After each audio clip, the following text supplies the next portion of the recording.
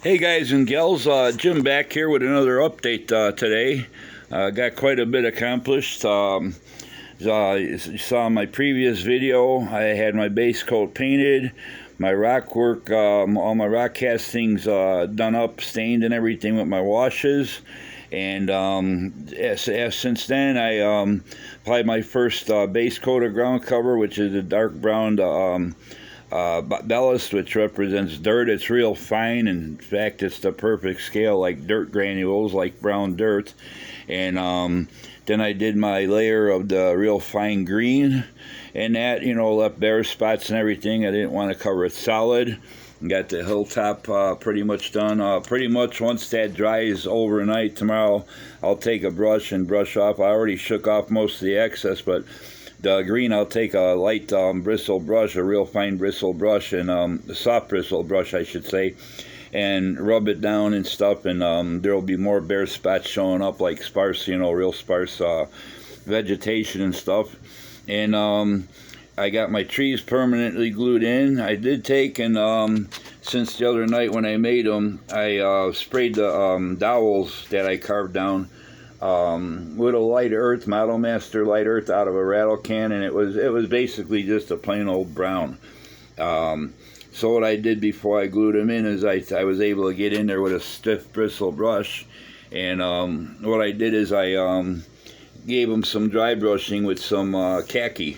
Apple barrel, to 50 cents a bottle, the matte khaki and stuff, so it kind of makes them look a little bit more distressed, and they look a lot better that way. They're a lot more toned down and they blend in better and stuff like that.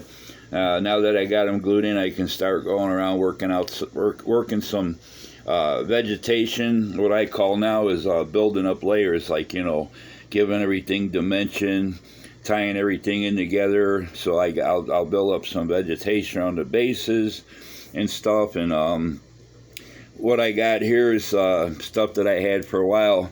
I got some dried out plant roots and everything, so you can use them. I'll use them some areas, some small pieces, like sticking out of the rocks. Like sometimes you see something growing on the side of a cliff or something, and the roots are hanging over the side. I'll use some for that purpose. Another purpose these serve, depending on what size the roots are and stuff, how thick they are. You can break some off, like dead tree branches that fell to the ground and everything around the trees. Different things like that. The bigger parts of the roots, the heavier part, you can glue them on like twigs and everything, little logs here and there. I got some bigger pieces. I want to look for some more pieces of distressed and aged branches, stuff like that, where you'll glue it down and stuff, but it looks like it's been there for ages. It's already, like I says, it's getting distressed, what I call, where the bark is wearing off, and it's kind of like getting almost like a piece of driftwood. It would look, years and years of sitting in the water and getting eroded and stuff. Another thing I picked up was a bag they call this forest moss. I picked this up at Walmart. It's actually what they use like for floral arrangements and stuff, to put in flower baskets and things like that. It's not dried out where it crumbles, but it's like forest moss. It's got different textures. So I'll glue the little clumps of that here and there on the diorama. Another thing I picked up, even before I planned on doing this diorama, I picked up some plastic plants at Walmart. They're $1 a piece. They were a lot bigger than this, but I cut the branches, the small branches off and stuff. Actually, they're like a type of fern and everything. So what I'll do is I'll probably take and clip little pieces off, and glue them in little bunches, and then I'll paint them so they get rid of that fake plastic look. I'll paint them so they look more realistic, and glue some clumps of those here and there, because a lot of the scenes you see in Star Wars with the Endor scenes and stuff, you see there's a lot of fern plants and things like that. So I'll add some of that to the base. I'll add some little stones and rocks I got that I picked up at Hobby Lobby and things like that. And it'll start building up, giving it dimension, and some texture, different textures here. I got different colors of lichen and stuff like that, like little clumps of bushes, different things and stuff. So it'll start adding more dimension and layering of different ground covers and stuff to make it look like a you know, a real heavily wooded forested area and stuff like that, like, kind of like what you saw in the movie and stuff. So but yeah, I got all my base layer, the brown bellis, what they call it. I call it brown dirt and everything, but I got it coming down the hillsides between the rock castings there.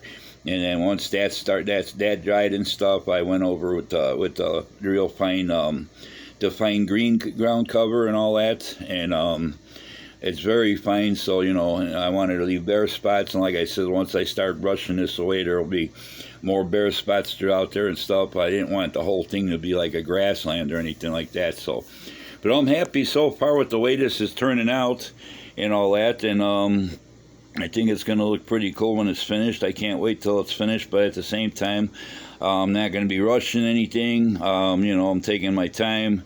I might find other things to add to it besides what I showed you in the video and stuff, as far as different ground covers and different textured items and stuff that you would see in a forested wooded area and stuff like that. So now that I got my base layers of my ground cover down, I was able to take my tape off my wooden frame. I only got two sides of the frame shown on this one. I kind of wanted to make like almost like a corner unit and stuff, but basically I'll take one of my artist colored pencils and color in the plaster that got exposed, that was hidden by the tape and everything, so that'll all blend in and everything. But yeah, it's starting to come along pretty nice. It's getting there, and it's starting to look like something compared to the other day when it was just plain old plaster and, you know, rock castings and nothing done up and everything else.